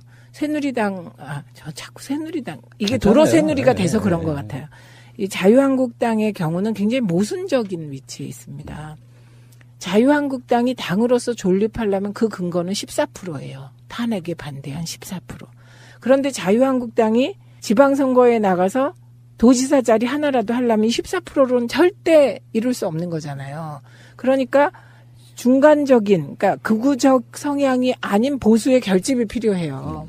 예, 근데 이 두 개가 모순이에요, 지금. 이게 자유한국당의 지금 최대 고민인 것이거든요. 그러니까 홍준표 대표는 이런 상황에서 있는 듯 없는 듯 그래도 내가 자유한국당으로 언젠가 돌아갈지도 몰라라고 하는 보수 지지층의 막연한 지지로 있는 거예요. 그리고 잠시 친박의 공백 상태에서. 이게 대표로 있는 거잖아요. 그렇죠. 그런데도 본인이 살려면 핵심이 뭡니까? 친박을 소탕해야 되는 거잖아요. 사실은 소탕해야 되는 거잖아요. 청소. 네, 청소해야 돼요. 그런데 그럴 힘이 없어요. 그러니까 하루라도 빨리 김무성 대표 전 대표 등을 끌어들여야 되는 거죠. 그 이해관계가 가장 큽니다. 왜냐? 거기다가 정말 공교롭게도 또 서청원 의원이 녹취록을 들고 나오네? 그런데요, 저는 그 홍준표 대표가 녹취록을 이제 서청원이 얘기하니까 먼저 깠잖아요. 나 이렇게 얘기한 거다. 기억하고 있었을까요? 홍준표 대표도 과연 녹취록을 녹취해놨을까요? 둘 다 뻥카다? 뻥카라기보단 내용이 서로 기억이 안 날 수 있어요. 자기 유리한 쪽으로만 기억이 남아있겠죠. 그렇죠. 그래서 녹취록은 영원히 안 밝혀질 거다. 변수는 이용주 의원인데 이용주 의원은 어떻게 그걸 갖고 있는지 그것도 잘 모르겠어요. 그래서 이용주 의원은 이해 당사자가 아니에요. 이분이 바른정당도 아닌데. 그것도 미스테리예요. 왜 자기가 그걸 갖고 있어? 몰라요. 그것도 파보면 좀 재밌는 얘기가 있을 수도 있죠. 예, 그런 상태에서 홍준표 대표는 EJ 전략으로 자기 지분을 확보해서 내년이든 아니면 다음 총선에서 일단 원내 진입하는 게 이분의 꿈입니다. 그렇겠죠. 네, 그 꿈대로 가는 거예요. 그럼 내년 보궐선거에 뭐 적당한 자리를 물색을 하고 있겠네요. 네, 저는 그게 서울시장은 아닐 거라고 생각해요. 그렇죠, 당연히. 안철수도 마찬가지라고 생각이 들어요. 그렇죠. 아니, 안철수는 못 나온다고 푸나님이 찾아내셨잖아요. 그러니까 조항을. 그거를 놓은 병 말고 다른 지역으로 나가려고 명분을 만들겠죠. 정치인들은 그렇죠. 근데 지금 제가 봤을 때는 홍준표, 안철수나 홍준표가 원래 PK 쪽 사람이니까 TK 쪽으로 나가지 않는 한 저는 PK에서도 보궐의 자리가 생긴다고 하면 어쩌면 어렵다고 봐서 그 사람들이 나갈 꿈은 꾸겠지만 현실적으로는 안철수나 홍준표나 상황은 좀 난망하다 이렇게 보는 거거든요. 근데 그 객관적으로 난망한 건 본인한테는 하나도 중요하지 않아요. 예, 본인은 이 정치라는 게 생물이다 이 말은 어떤 변수가 어떻게 개입돼서 전혀 엉뚱한 결과가 나올지 모르기 때문에. 그다음에 이제 서청원 의원은 한편으로 김무성 계가 들어오는 것을 견제하는 것 같지만 완전히 싫어하는 것 같진 않아요. 뭘까요, 이유가? 왜일까요? 이분은 국회의장을 해야 돼. 근데 어려워졌는데 지금 제가 봤을 때는 이렇게 논란에 휩싸이기 시작하면 어려워지지 않아요? 그렇더라도 어쨌든 본인의 꿈은 가동되는 거죠. 예. 그러려면 어떻게 해야 돼요? 자유한국당이 1당이 돼야 돼요. 그래야 국회의장이 돼요. 자기 나름대로의 출당만 안 당하면 뭔가 얻는 소득이 있다 이거네. 그렇죠. 그래서 출당 안 당하고 다 받을 거라고 저는 예상합니다. 그러면은 지금 홍준표가 막 강한 발언들 하잖아요. 네. 정말 이렇게 살기가 있더라고요. 네. 그 화면을 보면. 네. 이렇게 세게 해서 제가 분석했던 건 뭐냐면 우리 친박 청산하고 있다는 이미지만 주면 돼. 그렇죠. 네. 그리고 실제로는 박근혜 출당시킨 걸로 그냥 마무리하고 논란이 뭐 유야무야 되고 그래서 그냥 그 봉합해서 간다 이렇게 보시는 거예요? 저는 서청원, 최경환 두 분은 제명 못할 거라고 예전부터 말씀드렸고, 그리고 지금 말씀하셨듯이 이미지만 세게 준다. 그러면서 또 다른 한편에서는 친박을 감싸야 되는 거죠. 왜냐하면 14%가 여전히 자유한국당의 핵심 14%의 딜레마에 빠져 있는 거예요, 지금. 왜냐하면 그 14%는요, 생각이 절대로 안 바뀌시는 분들이세요. 최고위원회에 보니까 김태흠인가요? 강성 친박들 있잖아요. 박근혜 대통령의 국정농단만큼이나 홍준표 대표의 막말도 당에 큰 짐이 되고 있다 이렇게 표현하더라고요. 홍준표 바로 면전에서. 그렇죠. 그런 거 보고 있으면은 이게 정치인들이 어디까지가 자기들 생각인지 모르겠는 게 약간 전희경 같은 경우는 아직 어리기도 하고 정치적 연륜이 없어서 그냥 누군가가 뭐 시켰다 안 시켰다 이거 우리가 확정적으로 말할 수는 없지만 그렇게 전희대처럼 싸우는 사람이 있고 정말 노련한 사람들은 내가 질러서 돌아오는 반향이나 파장까지 다 생각해서 마무리하는 것까지 계산하는 사람도 있잖아요. 그렇죠. 근데 그 김태흠 의원이 얘기한 막말은 김태흠 의원 혼자 하는 게 아닙니다. 지금 생각해 보세요. 끊임없이 핵심 친박 세력들이 모여서 대응책을 만들려고 회의하지 않겠습니까? 이게 서청원 의원이 얘기한 페북이 올린 5가지 홍준표 대표가 물러나야 하는 이유. 그 중에 하나예요. 그게 첫 번째가 도덕적으로 문제가 있다. 뇌물받고 재판받고 있다. 그래서 1심에서 유죄받았다. 그리고 2심에서 약간의 이제 2심 증언이 번복되면서 무죄 받았는데 요것과 관련하여 녹취록이 있다. 이게 가로 안에 있겠죠. 그리고 두 번째는 막말 등 언행에 심각하게 문제가 있다. 세 번째가 말바꾸기다. 근데 이 말바꾸기의 예가 뭐냐면요. 대선 때는 박근혜 대통령 지지자들을 꼬시려고 의리 신뢰를 강조하더니 지금 와서 박근혜를 제명하고 떠나게 했다. 요게 세 번째예요. 그게 이제 최경환 서청원의 당원권 정지를 홍준표가 풀어줬어요. 그렇죠. 네. 그래놓고 지금 다시 하는 거니까. 그러니까 홍준표 대표의 경우는 지나가면 빨리 잊으시는 것 같아. 지난 일은. 원래 그렇지 않아요? 근데 그게 이제 우리들은 잘 못하죠. 기억하니까. 그렇죠. 자기 한 말을 시건이었다고 생각하면 입장 번복을 해줘야 되는데. 그렇죠. 그거 없이 스르르 넘어가죠. 그 다음에 네 번째는 당을 사당화했다. 다섯 번째는 정치는 타이밍인데 지금은 보수 통합 시기가 아니다. 이런 5가지. 그래서 저는요. 역시 서청원 의원이 그냥 7선 8선이 아닌 거다. 정치력이 있구나. 예, 아주 판단은 정확하지 않아요? 홍준표 대표에 대해서 너무 정리를 잘했다 이렇게 생각을 했는데 이걸 공유하고 있다고 생각합니다. 친박들끼리. 네. 이쪽에서는 홍준표와 김무성은 보수 대통합이란 명분을 걸지만 네. 또 친박 쪽에서는 그런 개념으로 받아들이는 게 아니다. 근데 이게 좀 정말 딜레마일 것 같은 게 모든 정치 세력은 기본 베이스라는 게 있잖아요. 네. 근데 그게 사실상 괴멸되다시피 한 상황에서도 일정한 세력으로 존재하는 거예요. 세력이라는 게 정치인들 말고 국민의 세력으로 존재하는 박근혜 안타깝다. 지켜주고 싶다 하는 그 세력들을 베이스로 깔고 갈 수밖에 없죠. 네. 그런데 문제는 그 지지 세력이 확장성이 없다는 게 문제인 거죠. 그러네요. 그러니까 저희 지역도 아까 이주영 실장이 8군데 쭉 했는데 그중에 진짜 새누리 성향이 강한 지역이 몇 지역 있습니다. 그런데 지난번에 홍준표가 대표될 때 우리 지역에 와서 감자 캐기를 했어요. 지금까지 한 번도 새누리당 지지를 거두지 않은 지역. 네. 그만큼 뭐 지지가 빠지고 있다는 상징성이 다른 되는 거야? 지역은 불가능하니까 그 지역에서 그것도 이제 몇 군데 아주 보수적인 지역이 있는데 다른 지역에서는 어려웠던 거죠. 그래서 그 핵심 지역에서 지읒 이응 지역에 와서 감자 캐기를 했습니다. 그래서 그런 식으로 보수의 근거지만이라도 잃지 않겠다. 이거는 뭐 전투할 때 늘 그런 거잖아요. 그런데 문제는 정치의 세계는 근거지 확보 플러스 확장성이잖아요. 근데 확장성이 너무 없다는 게 문제입니다. 그래서 저는 서청원 전 의원의 목표는 여전히 자유한국당 일당으로 국회의장 하는 거다. 그래서 많은 타협안이 이후에 나올 거다. 이렇게 생각합니다. 그렇군요. 서청원의 1인치가 있었네. 국회의장을 뭐 못해도 상관없겠지만 자기가 노릴 수 있는 최대치. 그러려면 출당 당하면 안 되겠군요. 그렇죠. 근데 한번 생각해 보세요. 우리 지난번에 정세균 대표 할 때 그때 자유한국당이 서청원 의원 하려고. 그랬죠? 예, 그 잊으시면 안 됩니다. 한번 뭔가 그 꿈이 가슴에 들어오면 그 꿈이 없어지지 않고 이런 일이 벌어질수록 유동적인 상황이 될수록 가슴에 활활 타오르게 되어 있어요. 일종의 보험 같은 거네요. 국회의장을 만약에 지낸다면 아주 노후가 편해질 수 있는. 알겠습니다. 그다음에 또 한 분 김무성 의원은 왜 이 시기에 들어오려고 할까? 왜 그럴까요? 이런 것도 있겠죠.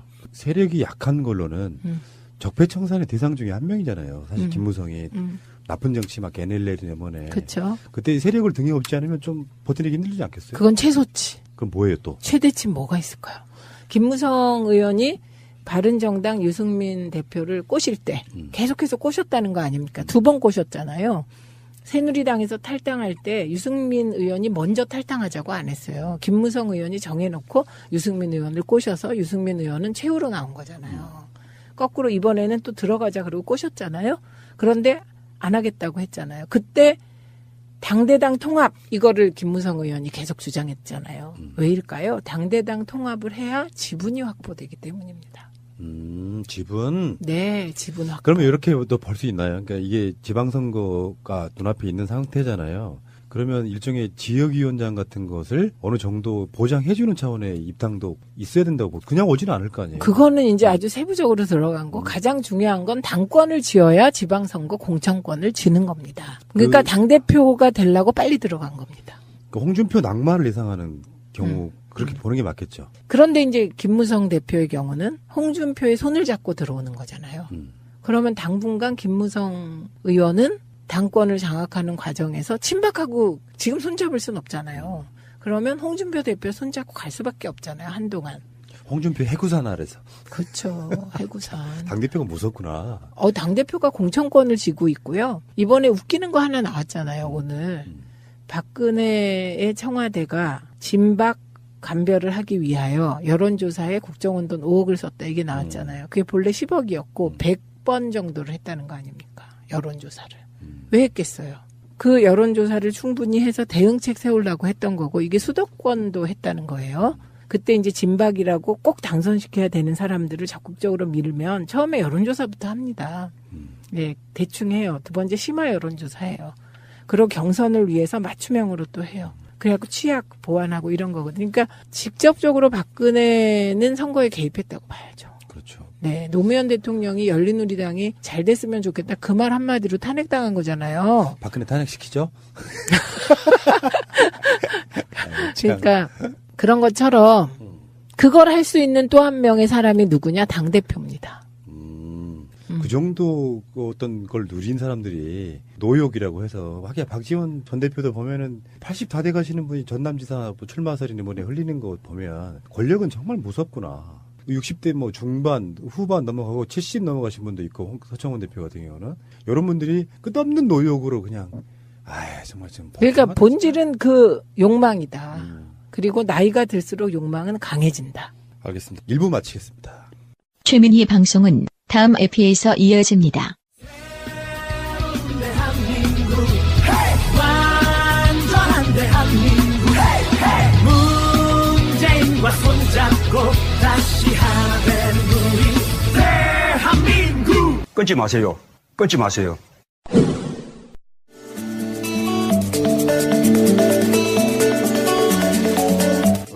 왜 시험 얘기하니까 왜 한숨부터 쉬시는 거예요? 한숨부터 나오네요. 저는 학교를 졸업하고 나서 사실 졸업하면 시험 볼 게 별로 없잖아요.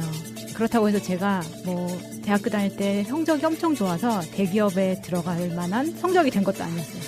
저는 학교를 거의 안 가다시피 했었기 때문에 그 문과임에도 불구하고 3.0이 안 나오면 거의 뭐 대기업은 필터링 된다고 봐야 되거든요. 그래서 대기업 시험을 본 적이 없어요. 그래서 제가 외국계만 다녔던 이유도 그거거든요. 아, 그 대기업은 아예 그냥 그 학교 점수가 낮으니까 아예 엄두를 안 내신 거예요? 네. 그런 것들이 있었는데 나중에 학교를 졸업하고 나서 회사를 들어갔을 때는 이제 제가 예전에 다녔던 회사가 미국의 준 공무원 같은 회사였기 때문에 좋은 회사 아니에요, 그러면? 네. 지금 와서 보니까 되게 좋은 회사예요. 편하게 다닐 수 있는 회사. 그때 당시에는 신이 숨겨둔 회사라고 했었어요. 아니, 근데 거기를 뿌리치신 거예요? 이게 너무 공무원식이다 보니까 정말 열정을 가지고 뛰어들면 욕을 먹는 그런 회사였어요. 너 왜 열심히 해?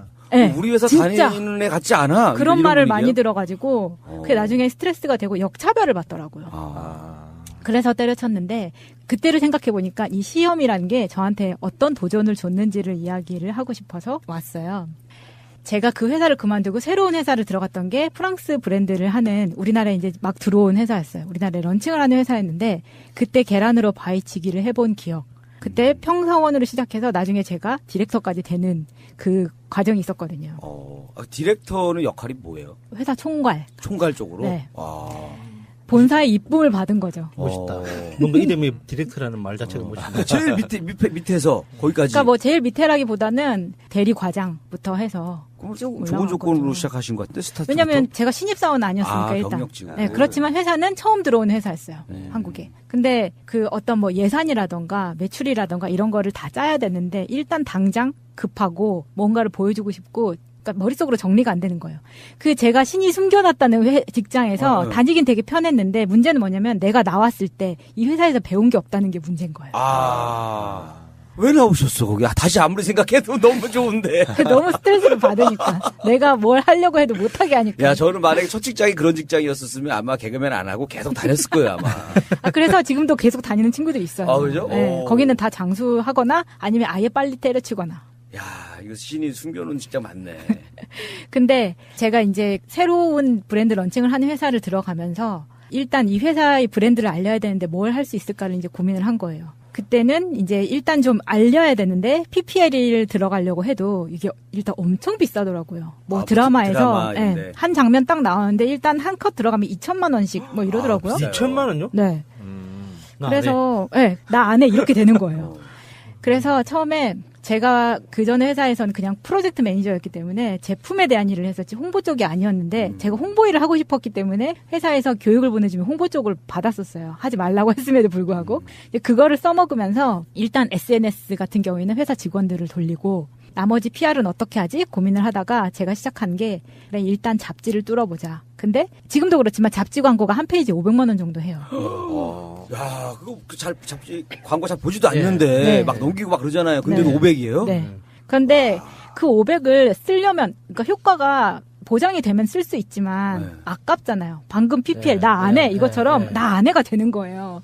그래서 했던 방법이 내가 내 제품이 좋고 이거에 대해서 적극적으로 소개를 할 수 있으면 이 잡지의 담당 에디터의 주소를 알아내는 거에 엄청 총력을 다합니다. 정확하게 이 챕터를 누가 쓰는지를 모르면 지금은 이메일 주소나 이런 것들이 좀 잘 나오는데 그때 당시만 해도 별로 없었어요. 그래서 그때 가장 유명했던 남성 잡지에 그 에디터 이름만 알아가지고 그 에디터를 트위터에서 물어봤어요. 혹시 이 매거진에 이 에디터 이메일 주소나 연락처 아시는 분 저한테 도움 좀 주세요 라고 올렸더니 금방 어떤 분이 저한테 딱 온 거예요. 신기하네. 그래서 그분한테 이제 메일을 썼죠. 저는 이 회사에 이러이런 제품을 홍보를 하고 싶은데 지금 당장은 여력이 안 되고 관심이 있으시면 연락을 주세요. 이렇게 했어요. 그랬더니 정말 그 챕터의 에디터한테 저한테 연락이 와서 상품을 지금 퀵 서비스로 보내달라는 거예요. 오늘이 스튜디오 슈팅 날이니까 오늘 바로 찍어서 내보내겠다는 거예요. 그러면 저는 돈을 한 푼도 들이지 않고 하다못해 뭐 이 에디터한테 접대를 하거나 커피 한 잔 한 일이 없는데 트위터에다 글 쓴 거밖에 없는데 연락처를 받아서 이 에디터도 저희 제품이 마음에 들긴 했었던 거죠. 그래서 그때 3페이지가 나왔어요. 보통 한 페이지 500인데 한 페이지에 500 전면 광고가 그런데 이제 예를 들면 제품 소개하는 그런 란이 있잖아요. 그런데 이제 다른 제품들하고 같이 소개가 되지만 그 세 페이지에 풀로 나간 거죠. 그래서 한번 해보니까 이거 되네? 이렇게 되는 거예요. 이래서 그 마차님처럼 하시는 분들 때문에 잡지계가 이렇게 어려워졌구나. 광고를 이렇게 해도 뭐 돈이 안 된다고 다들 힘들어 하시더라고요. 근데 대기업 같은 경우에는 네. 저같이 이렇게 힘들게 하지 않을 거예요. 그렇죠. 네. 연초에 다 예산이 나오고 하기 때문에 저는 진짜 스타트업처럼 그리고 그렇게 일을 해봐야 내가 나중에 위로 올라갔을 때 밑에 애들을 잘 이끌어갈 수 있더라고 생각을 해서. 트위터에다 글 남겨봤어? 막 그럴 거 아니야. SNS 올려봤어? 네가 최선을 다해서 알아봤어? 이렇게. 내가 해봤는데. 그래서 그렇게까지 해보고 나니까 이제 좀 자신감이 생긴 거죠. 근데 그러면서 이제 팟캐스트가 그때 막 이렇게 붐이 일어날 때였어요. 근데 제가 트위터가 되게 재밌어서 열심히 하고 있었는데 그때 당시 이제 이상호 기자가 미국에서 박사과정을 마치고 한국으로 돌아올 때였는데 MBC에 되게 말이 많았을 때였어요. 그래서 당시에 이상호 기자가 발바닥 뉴스라는 걸 했었거든요. 그래서 들어와서 하는데 박현아 씨랑 같이 하던 거 네, 맞죠? 맞아요. 그래서 이 사람은 뭔가 포기를 하지 않고 불가능이 없는 사람, 너무 열심히 하는 사람인데 내가 도와줄 일이 뭐가 없을까? 근데 나는 개인적으로 돈이 없고 하지만 회사 힘을 빌려서 뭘 할 수 있지 않을까? 우리가 윈윈할 수 있는 거. 해서 이상호 기자한테 DM을 썼어요. 트위터로.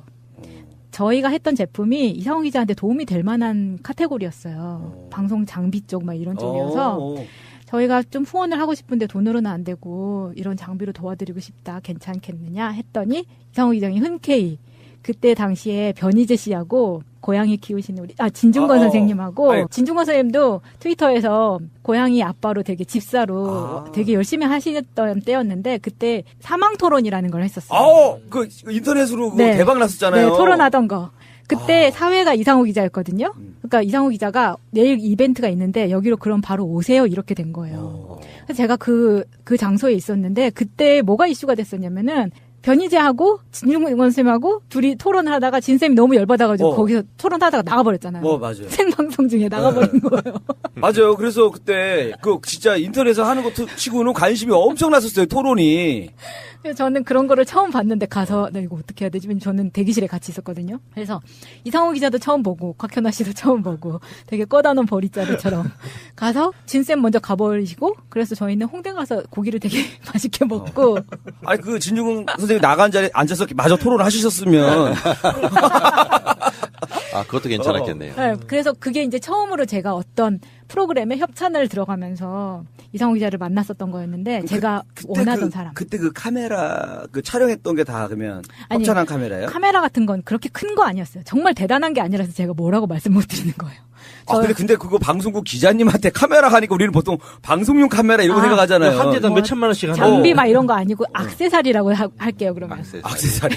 근데 그 이상호 선생님 오케이 하셨어요. 네. 조금 애매하네요.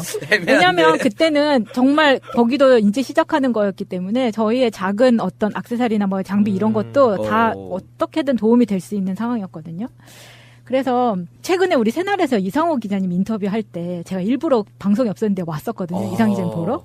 근데 이상 기자님이 딱 인터뷰 끝나고 내가 어디서 많이 봤는데 어디서 봤지? 막 이러는 거예요. 기억을 하시더라고요. 그때 막 오토바이 태워주기로 약속하고 막 이랬었거든요. 그래서 그런 계기를 딱 만들고 나니까 내가 원하는 데에 후원도 하면서 이걸 알릴 수 있는 계기가 되잖아요. 그래서 그 다음에 제가 도전을 했던 게 무한도전이었어요. 무한도전요? 거기는 그 진짜 김태호 PD의 무한도전? 그거 진짜 센데 거기 PPL 이런 거. 왜냐면 돈 많이 들어가는 데인데. 이때쯤 되니까 나 못할 거 없어. 나는 이제 다 할 거야. 이렇게 된 거예요. 이야, 용기. 근데 이때까지는 좀 너무 좀 쉽게 왔는데 거기는 만만치 않은데 방송국 중에서도 그렇죠. 왜냐면 PPL이나 이런 게 좀 액수가 프로그램 그 시청률에 따라 다르잖아요. 맞아요. 거기는 그때도 엄청 셌을 건데. MBC 무한도전은 탑이었기 때문에 그러니까 사람들이 어려울 거라고 생각하는 거를 그냥 저는 던진 거예요. 처음에 김태호 PD의 연락처 모르잖아요. 그러니까 일단 프로필을 보고 학교 해가지고 이제 어떤 식으로든지 알아내려고 엄청 노력하는 거예요. 정보부터 얻어내는 7단계만 지나면 지구인 모두를 다 안다는 그거에 맞아요. 따라서.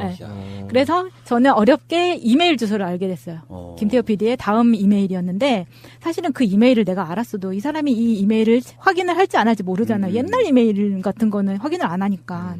그래도 최선을 다해서 이메일을 썼어요. 제 소개를 하고 일단 그냥 뭐 선배님 이러면서 김태호 선배님 안녕하십니까 이러면서 김태호 PD가 또 뭐 어떤 혁혁한 공이 있잖아요. 그 예능 프로에서는. 그래서 저희도 도움이 되면서 PD님한테도 도움이 될 수 있는 이런 방법을 강구하고 있다. 이런 제품이 있는데 어떻게 생각하시냐라고 메일을 보냈는데 한 일주일 지나니까 거기 AD인가 하는 사람한테 연락이 온 거예요. 저 김태호 PD님이 앞으로 이런 거 보내지 마시라고. 김태호 PD님이 전화를 해보라고 해서 연락을 했다. 그러면은 뭐 언제쯤 미팅 하실 수 있냐고 그렇게 얘기를 하는 거예요. 그래서 저는 그때 우리 사장님하고 막 난리가 난 거예요. 야, 네가 해냈구나 막 이래가지고. 그래서 이제 뭐 가격이라던가 이런 건 이야기를 안 했지만 제가 충분히 우리는 힘든 상황이다 이렇게 이야기를 했기 때문에 일단 김태호 PD가 오라는 대로 해서 MBC 상암동으로 갔어요. 새 건물 로비로. 저랑 이제 저희 프랑스 사장님하고 같이 갔죠. 이것까지만 해도 대단한 건데. 저도 지금 생각해도 제가 정말 대단하다고 생각합니다. 불굴의 의지가 있는. 이거를 성사시키기 위해서 근데 제가 지금은 막 이렇게 축약해서 얘기를 하지만 정말 몸부림치는 막 그런 게 있었어요. 그러니까 그렇겠죠. 네. 그래서 일단 또 제가 좋아하는 사람한테 매달리는 거잖아요. 그러니까 김태호 PD를 만난다는 막 이런 막 설레임 막 이런 거도 풀 메이크업을 하고. 그래서 사장님하고 갔죠. 저희 장비 이렇게 들고. 갔는데 이제 일단은 김태호 PD를 직접적으로 만나지 못했지만 그 밑에 스텝하고 AD분들. 네, 그쪽 5명이 내려온 거예요. 그래가지고 5명한테 저희 제품 사용하는 법 어떻게 쓰면 되는지 그때는 정말 그게 핫했었던 거였거든요. 그래서 그거를 드렸어요. 사실 하나, 두 개 막 드리기 되게 힘들었었는데 우리 사장님이 너무 또 없대가지고 다 주라고. 그럼 거기는 사실은 내가 진짜 PPL 액수가 아까 뭐 2,000 훨씬 넘거든요. 근데 중요한 거는 저희가 무한도전의 덕을 보지는 못했어요. 왜 그랬냐면 저희가 말씀드렸다시피 장비 쪽이기 때문에 화면에 노출이 안 되는 거예요. 그런데 같은 방식으로 무한도전엔 드렸을 때는 노출이 안 됐지만 일단 그냥 프로그램에 어떤 정도 공헌한 정도. 이렇게 쓸 수 있잖아요. 무한도전에 협찬했던 뭐 장비입니다. 네, 뭐 이런 그렇게 들어갈 수 있었잖아요. 네. 그 후에 이렇게까지 되니까 약간 이게 저희가 그런 PR에 돈을 안 들이고 이 제품 카테고리에서 브랜드 3위까지 찍었어요. 와. 1, 2위는 그냥 말하면 다 아는 브랜드고 3위는 저희가 신생이었거든요. 제가 3위까지 끌어올렸어요. 보니까 마차님 혹시 제 매니저 할 생각 없어요? 나 마차님이 도와주면은 국민 MC 할 수 있을 것 같아. 저 정신력으로 들이대면은, 제 매니저 하셔도 성공하셨겠는데. 대단하세요. 그래서 나중에는 저희가 JTBC에 저희가 같은 제품이 들어갔는데, 그때는 상황이 많이 달라져서 이 제품이 그 쇼에 그 시리즈가 끝날 때까지 매 10초마다 나왔어요. 와. 그러면서 대박이 터졌어요. 그럼 회사에서도 인정받았을 거 아니에요? 회사에서 인정받아서 제가 나중에 이건 편집되겠지만 그래서 제가 나중에 지사장까지 되는 거예요. 이걸 왜 편집해요? 아니 좋은 건데 왜 편집해? 아니 근데 왜 계속 안 다니셨어? 그러니까 진짜 어떻게 보면 회사에서도 그 인정받은 거잖아요. 여기까지 만들었다. 근데 저희 회사가 건데. 프랑스에서는 뭔가 좀 문제가 있기도 했고 이게 신생이고 제가 기존에 다녔던 회사들은 어느 정도 틀이 잡혀져 있고 오래된 시스템이 있는 회사였고 여기는 신생이다 보니까 커뮤니케이션이라던가 뭐 이렇게 로지스틱이라던가 수출입 이런 게 잘 매끄럽게 되지가 않았어요. 굉장히 힘들었어요 할 때마다. 그러니까 영업은 내가 어떻게 했는데 그 다음에 넘겨주면 거기서 진행이 안 되는구나 잘. 네, 제가 처음부터 끝까지 다 총괄을 해야 됐던 거죠. 그러고 나서 지금 JTBC까지 왔잖아요. 근데 그 제품을 저희가 일단 PR을 끊은 지 오래됐는데 지금도 나와요. 근데 이제 JTBC에서 떴잖아요. 그 후로는 KT 뭐 이런 데서 이제 알아서 들어오는 거예요. 우리랑 계약해서 하자 이런 식으로. 그러니까 아이폰 새로운 거 나오는 거 런칭하는데 이거 사은품으로 KT랑 이렇게 나가는 거 이런 식으로 나가는 거죠. 이거 방송 나가면은 왠지 또 우리 마차님 여기저기서 그 스카우트 저희가 많이 들어올 것 같아요. 제가 사업하면 스카우트 추진력. 근데 우리 프랑스에서 저희 CEO가 그런 거를 알고는 있었어요. 제 저기다 꽂아놓으면 제 저거 해낼 거는 안다. 다른 전 세계 뭐 세일즈 매니저들 와가지고 딱 하면은 한국에서 이렇게 작아 보이지만 너네 이만큼 할 수 있는 사람 이 중에 아무도 없다고. 왜 그랬냐면 저희가 이게 이제 조금 알려지기 시작하면서 뭐 실명 얘기해야 되나? 진이 홍콩에 사람을 보냈어요. 저희를 만나러. 그때 내가 홍콩에 전시회에 나가 있었거든요. 저희 제품에. 말을 딱 하는데 한국 사람인 것 같은데 이제 영어로 얘기를 하니까 우리가 그냥 봐서는 홍콩 사람인지 한국 사람인지 모르잖아요.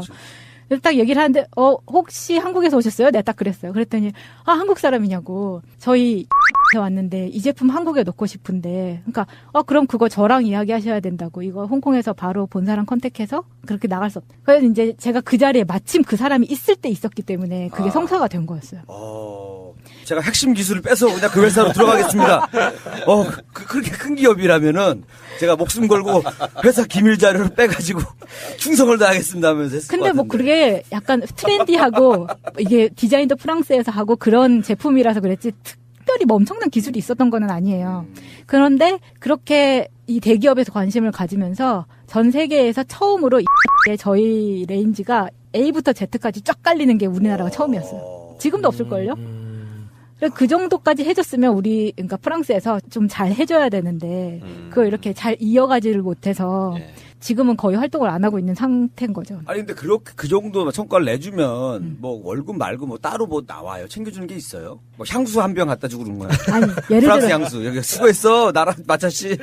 예를 들어서, 우리 회사가 저한테 완전히 맡길 수 있었던 이유가, 모르겠어요. 우리 CEO가 왔을 때 뭐라 그랬냐면은 1년에 얼마 정도 이렇게 액수를 주면서 네가 사회적으로 필요한 옷을 사 입거나 할 때 써라라고 준 게 있었어요. 그 액수가 얼마입니까? 1년에 500. 그러니까 옷 사 입으라고 준 그거였어요. 마치 그 최순실 씨가 박근혜 대통령한테 옷 사 입으라고 이제 해준 것처럼 그분도 옷 사 입으라고 이렇게 돈을. 근데 그거를 그러니까 약간 신데렐라 놀이 같은 거였어요. 첫 해에는 내가 그 500을 우리 CEO랑 우리 사장님이랑 같이 다니면서 쫙 샀는데 그 다음 해부터는 제가 안 했어요. 그걸 쓰라 그랬음에도 불구하고. 왜요? 그러니까 회사 경비라던가 이런 거를 한 푼도 그러니까 제가 봤을 때는 내 밑에 나 같은 사람이 있으면 난 너무 회사 일을 하기가 편할 것 같아.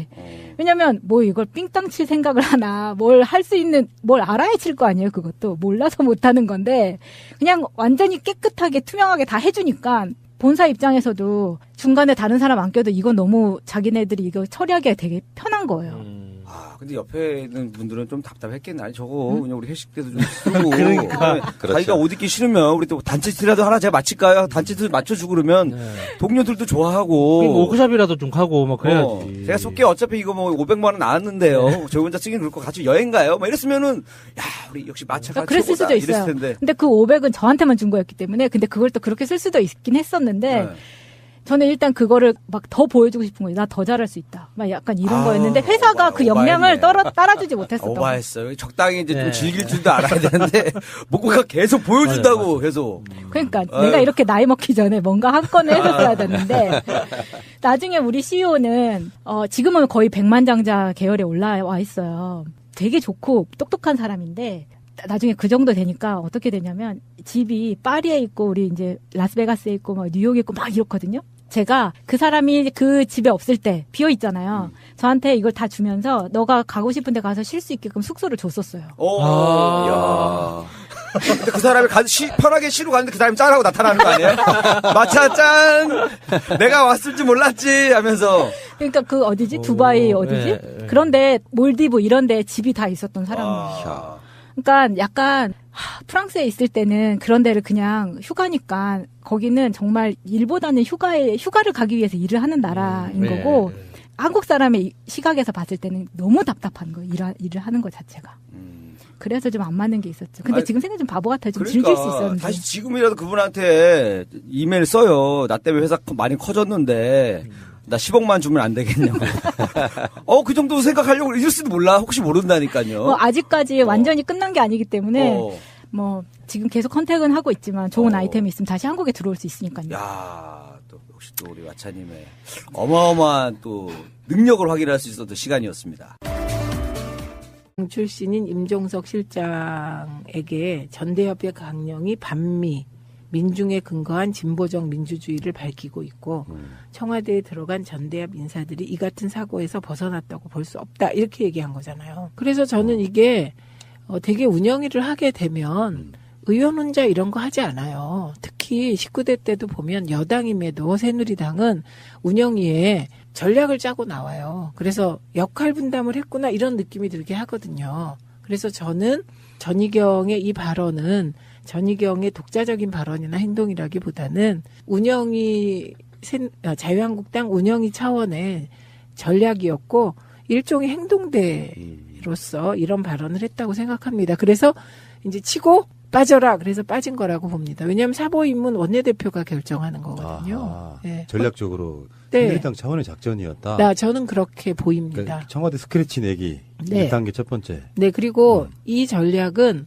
요 운영위에만 통하는 전략이 아닙니다. 지금 변형된 색깔론으로 홍준표 대표가 계속 이 전국을 이끌어가고 있거든요.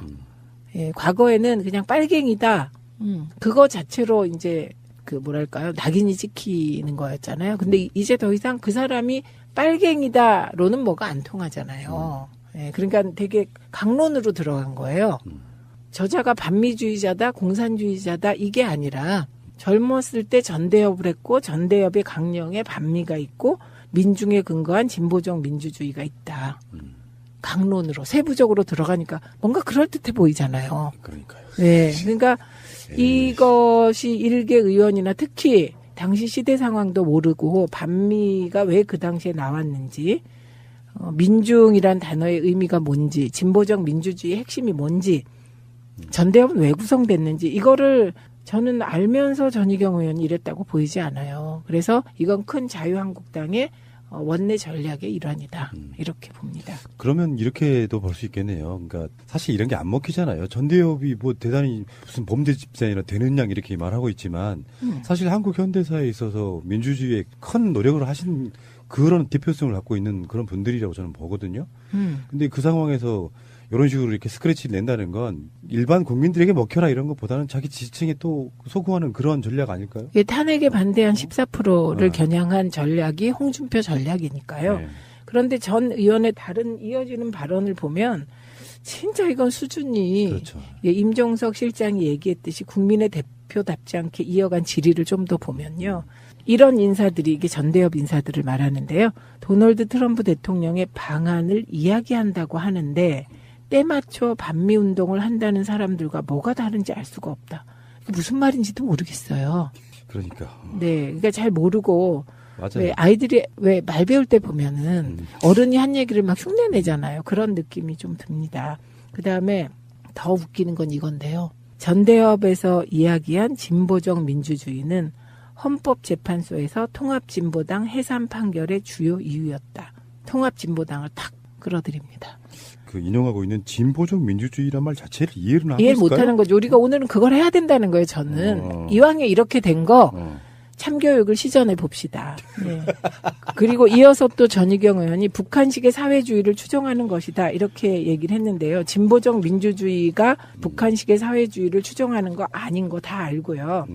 그러니까 이런 것에 대해서 전혀 입장 정리도 안 된 분들이 청와대 내에서 일하니 이건 언어 도단이죠. 입장 정리가 안 된 분들, 선배들한테. 저는 그 이번에 논문 표절과 빗대서 정말 무식하신 분이구나. 네, 네. 그러니까 이게 그런 이해도가 없는 상태에서 이렇게 활자로만 잠깐 뭔가를 접한 사람들이 갖는 대표적인 모습이 이런 거예요. 네. 저기 뭐 잠깐만 쉬었다가 하면서 제가 이주영 실장님 나이 보고 좀 깜짝 놀랐는데 학생운동 해본 적 없으시죠? 군대도 갔고. 네, 없습니다. 없으니 군대도 장교로 갔을 네. 것 같은데. 네, 네. 저 대학교 다닐 때요. 전방 입소가 없어졌어요. 일부 있다가 없어진 상태예요. 그러니까 전방 입소 거부를 해가지고 제가 제대를 할 때 30개월을 딱 채우고 나오는데 한 달 반짜리 그 혜택을 못 받았어요. 그러니까 나보다 더 늦게 들어온 놈이 빨리 나가는 한 달 뭐 빨리 나가는 막 이런 걸 직접 눈으로 목도를 하고 그랬었는데 아까 의원님 뭐 어떻게 말씀하시는 거 들은데 우리 때까지만 해도요. 사실은 대학교에 다니는 대다수의 인원들은 총학이 아니라도 다 운동권이었어요. 그러니까 큰 집회 있으면 다 나가지고 그리고 과대표만 해도 대부분 다 그런 그 집회 같은 데 나가서 안 나가면 좀 이상할 정도의 그런 분위기였기 때문에 근데 그게 뭐 무슨 북한에 지령받고 하는 게 아니고 그렇잖아요. 박정희, 전두환, 노태우 이런 과정을 거치면서 민주주의라는 걸 얼마나 갈급했습니까.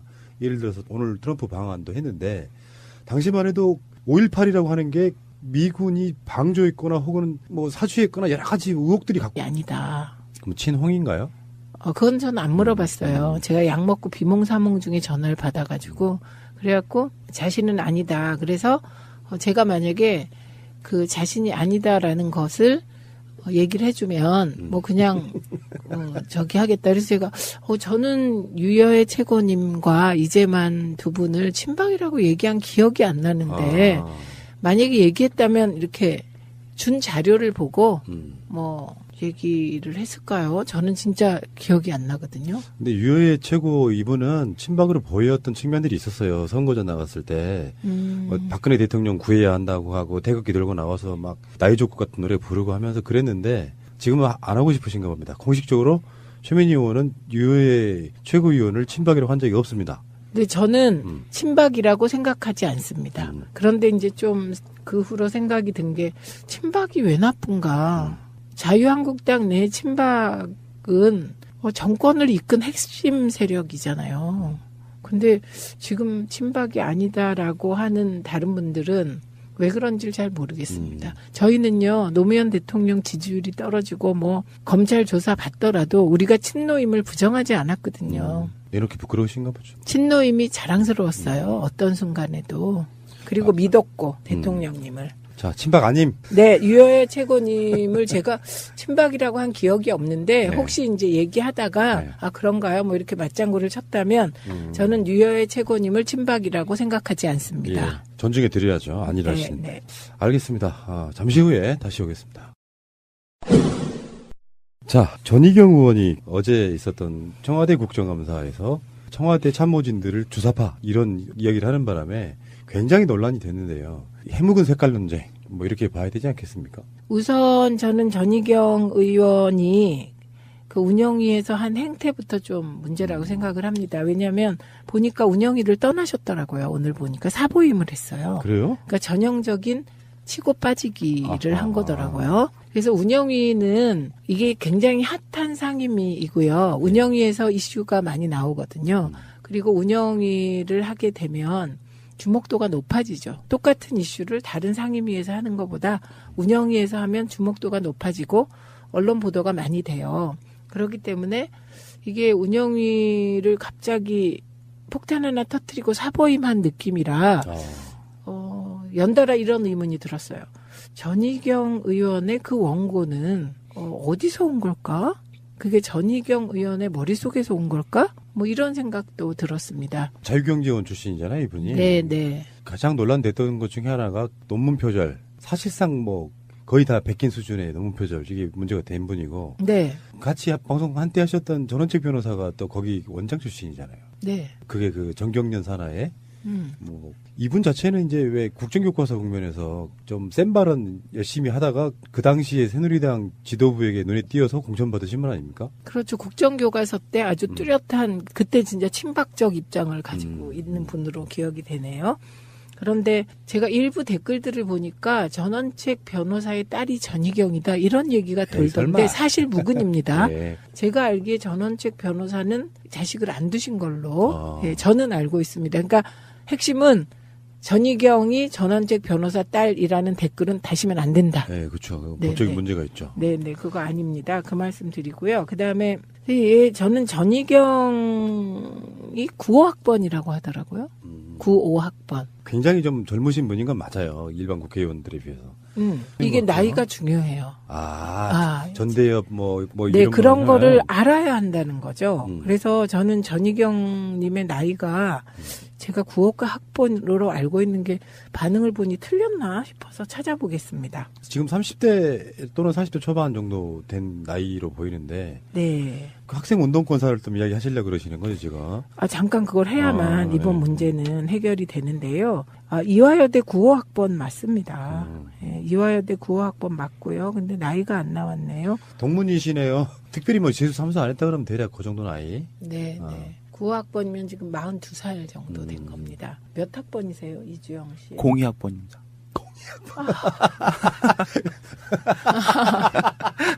제가 386의 막내 정도 되거든요. 그러면 그러니까 근데 푸나님하고 얘기하다 보면 직접 몸으로 학생 운동을 하거나 민주화 운동을 한 것 같진 않으세요. 그런데 학생 운동이나 민주화 운동에 대한 이해가 있으시거든요. 했죠, 학교 때. 그러니까 네, 뭐 청하게 들어가지는 않았지만. 그렇죠. 학과 차원에서도 하니까요, 우리 때는. 네. 그렇죠. 그래서 임종석 비서실장을 향해서 주사파가 청와대를 장악했고 당신의 머릿속이 궁금하다 뭐 이런 얘기 한 거잖아요. 그리고 전대협 의장 하고 있던 바로 그런 시절이에요. 그러니까 미국으로 하여금 여기에 대한 확실한 진상규명을 해달라 이런 요구도 분명히 있었던 거고요. 그러면서 전두환 정권까지 또는 어떤 정권까지 비호를 해가면서 우리나라 민주주의를 방해했던 측면이 있거든요. 그러니까 학생들 입장에서는 지금이 학생들의 목소리가 사회적으로 좀 낮지만 당시 80년대까지만 해도 사회를 끌어가는 주도 세력이 학생들이었습니다. 거기 앞장섰던 분들이 다 감옥 한두 번씩 갔다 온다는 전대협 네, 뭐 이런 거였고. 네, 그렇죠. 그래서 지금 푸나님이 왜 전국 대학생 대표자 협의회가 반미를 할 수밖에 없었는지의 배경에 대해서 지금 말씀을 좀 하셨는데요. 이런 얘기 정도를 이해를 못할 것 같고 전 의원은. 근데 말은 막 하는 거죠. 그렇기 때문에 청와대에서 인사 참사가 났다는 거예요. 뭐 인사 참사도 없었는데. 예, 그다음에 안보와 경제를 하나도 못 챙긴다. 그러니까 이건 뭐 다 사실이 아닌 걸 말하는 거고요. 여기에 또 문정인 대통령 통일외교 안보 특보를 끌어들입니다. 이분도 전대협 사고와 다르지 않다. 이분이 나이가 몇 살이신지도 모르는 거예요. 저는 문정인 특보의 강연이나 인터뷰를 볼 때마다 그 사고의 깊이와 고뇌의 정도에 감탄하거든요. 그 미국 조야에서 가장 석학으로 인정해주는 네, 한국인 중에 한 네. 명이에요. 그러니까 하룻강아지가 지금 이러고 있는 거고요. 그러면서 이건 이제 문정인 특보가 명예훼손 소송을 해야 될 사안인데 북한의 대변인이지 대통령을 보좌하는 사람 입에서 나올 수 있는 말이냐. 그러니까 막 던진 겁니다. 그렇죠. 예, 막말 대잔치였고요. 새가 날아든다는 여러분들의 하트를 먹고 삽니다. 잊지 않으셨죠? 에피소드 제목을 누르고 플레이가 되면 오른쪽 위에 하트를 꼭 눌러주세요. 오늘도 감사합니다. 더 많은 분들이 들을 수 있도록 하트 꼭 눌러주세요. 그러면 과연 전대협이 얘기한 진보적 민주주의는 뭔가? 그걸 잠깐 정리하고 넘어가도록 하겠습니다. 해주시죠. 네. 그러니까 민주주의는 크게 세 개의 기둥으로 이루어져 있습니다. 그게 자유, 평등, 박애입니다. 그래서 되게 보수는 자유를 강조합니다. 그리고 자유 뒤에 정의를 강조하죠. 그리고 진보는 평등을 강조합니다. 그런데 80년에서 90년 사이 엄혹한 군부 권위주의 정권 시절, 그때 우리나라에는 자유도 없었습니다. 그러니까 그때는 자유, 평등, 박애, 이게 이제 박애가 최고의 수준으로 보는데 박애는 뭐 말할 수도 없었고요. 자유조차 지켜지지 않는 독재 시대였거든요. 그리고 그 독재에 저항하는 대학생 운동의 중심체가 전대협이었습니다. 그래서 그때 그냥 일반적인 고전적 의미의 민주주의가 우리 사회에서는 유린되고 있었기 때문에 그 우리 사회에 맞지 않는다. 그래서 진보적 민주주의를 지향하게 된 것이고요. 그 진보적 민주주의에서도 특히 평등을 강조하는 사람들이 있었고, 이제 그 당시엔 자유를 강조를 다 같이 했죠. 왜냐하면 자유가 억압되고 있었으니까요. 그래서 그 진보적 민주주의라는 건 군부 독재에 대항하는 80년대 이거야말로 한국에 맞는 민주주의의 방향성을 전대협에서 얘기한 거였다. 이렇게 얘기하는 거고요. 그다음에 북한식 사회주의를 추정한다. 진짜 무식한 말입니다. 사회주의와 자본주의의 결정적인 차이는요. 이게 북한도 민주주의라 그래요. 맞아요. 예, 그러니까 인민민주주의. 그러니까 민주주의의 주체가 누구냐에 따라 다른 거잖아요. 그래서 고전적 자본주의에서는 민주주의의 주체가 부르주아인 거고요. 자본가. 그다음에 지금에 와서 누가 우리 민주주의의 기본을 주체를 자본가라고 합니까? 시민이라고 하지. 그래서 지금을 시민민주주의라고 하게 되는 것이잖아요. 그런데 이게 민주주의 대 북한을 놓고 민주주의 대 사회주의, 이건 진짜 무식한 대비고요. 자본주의 대 사회주의 이렇게 되는 겁니다. 핵심이 뭔지 아냐? 생산수단의 소유가 어디에 있느냐잖아요. 사회주의는 생산수단의 사회적 소유를 핵심으로 합니다. 그러니까 이런 무식한 말을 국회 운영위에서 대한민국 국회의원이 했다는 거는 대한민국 국회의 수치인 것이죠. 해묵은 이런 논쟁 자체는 의원님하고 저하고 한 20년 전에도 했을 법한 이야기를. 그렇죠. 지금은 이런 말 하지도 않아요. 진짜. 그러나 이렇게 명확하게 정리를 하고 넘어가겠습니다. 그리고 또 한 측면에서 이제 이 말씀을 꼭 오늘 드리고 싶었어요. 저는 굳이 따지면 그냥 민주주의자입니다. 진보적 민주주의자. 저는. 푸나님은 어떻게 PD예요? NL이에요? 새날 PD잖아요. 새날 PD로 새날 PD를 하세요, 그냥. 학생 운동권에서 저는 PD, NL 뭐 이 계열의 어떤 생각보다 예를 들면 일정 시기 정도에는 미국에 대한 반작용으로 예를 들어서 주체적인 사상을 갖고 있어야 된다는 생각들이 팽배했던 시절이 있었고요. 그게 북한이 세뇌됐다 이런 것보다는 좀 이런 측면이 있잖아요. 김일성이 갖는 주체사상이라고 하는 그게 예를 들면 강대국으로부터 그 어떤 영향을 받지 않고 우리 그냥 주체적으로 나라를 끌어가겠다고 하는 그런 마인드는 김일성이 아니. 꼭 알아야 할 어제의 뉴스. 18대 대선 닷새 전인 2012년 12월 14일 김무성 의원은 부산에서 당시 박근혜 후보 지원 유세를 합니다. 노무현 대통령이 김정일에게 가서 한 굴욕적인 발언에 대해서 제가 오늘 대한민국 최초로 이 자리에서 공개하겠습니다. 노 전 대통령 발언이라며 손에 든 내용을 읽습니다. NLL 문제는 국제법적인 근거도 없고 논리적 근거도 분명치 않습니다. 이듬해 검찰 조사 땐 출처가 정보지였다고 했습니다. 찌라시 형태로 대화록 중에 일부다 하는 그러한 문건이 들어왔습니다. 최초 공개라 했던 것과는 거리가 있지만 검찰은 김 의원 주장을 받아들여 무혐의 처분했습니다. 하지만 국정원 개혁발전위원회는 출처로 청와대를 지목했습니다. 원세훈 전 원장 시절 청와대에 보고한 10쪽의 대화록 발췌본과 김 의원 발언이 일치한다는 겁니다. 당시 김 의원 발언과 청와대 보고 문건은 문장의 순서까지 같았습니다. 오히려 대화록 원문과는 순서가 다릅니다. 한 문장 안에서의 표현도 청와대에 보고된 문건과 같았습니다. 역시 원문과는 차이가 났습니다. 검찰은 김 의원을 상대로 대화록 유출 의혹에 대해 재조사할 계획입니다. 지난해 11월 가장 먼저 새누리당을 나온 김용태 의원은 유승민 의원에게 탈당을 강권했습니다.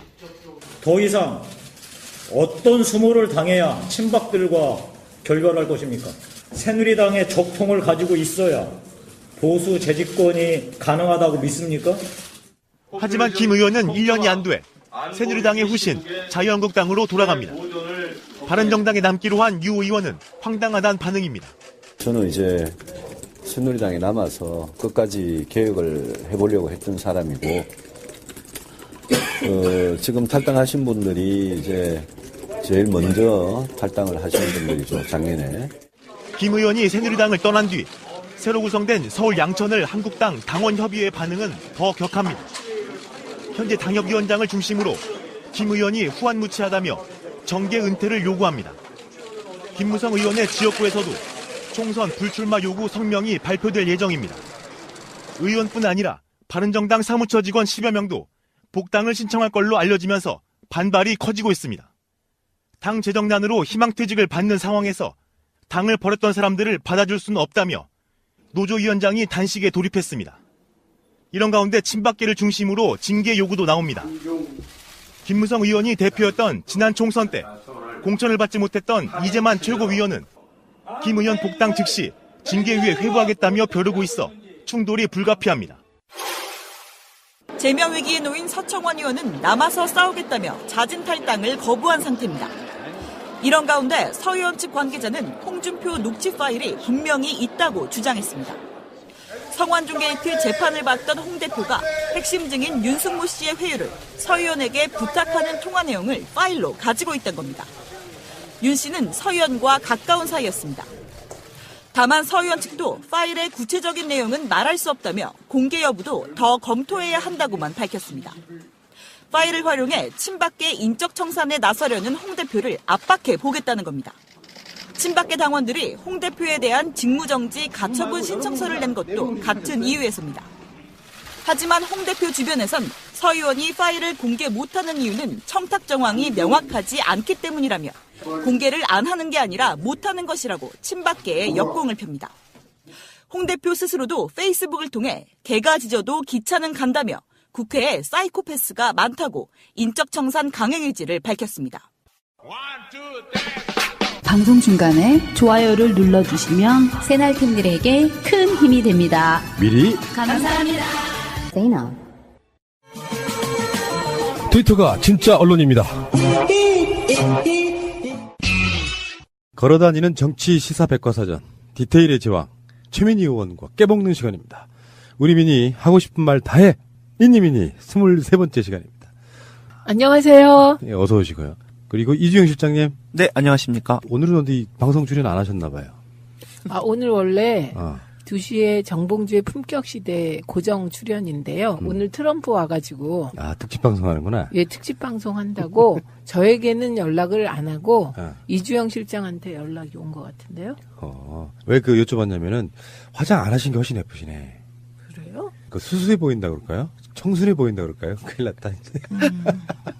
그거보다 제가 네. 몸살이 나가지고 약을 먹어서 해롱해롱 되니까 사람들이 좀 순하게 보인다? 이러던데요. 그래서 그런가 봐요. 어쨌건 간에. 좀 순해 보인다. 굉장히 순수해 보이는 느낌이에요. 약간 그 얼핏 한 30년 전의 시절이 확 스쳐 그럼 지나가는 막 느낌. 아파야 되겠어요. 그러니까.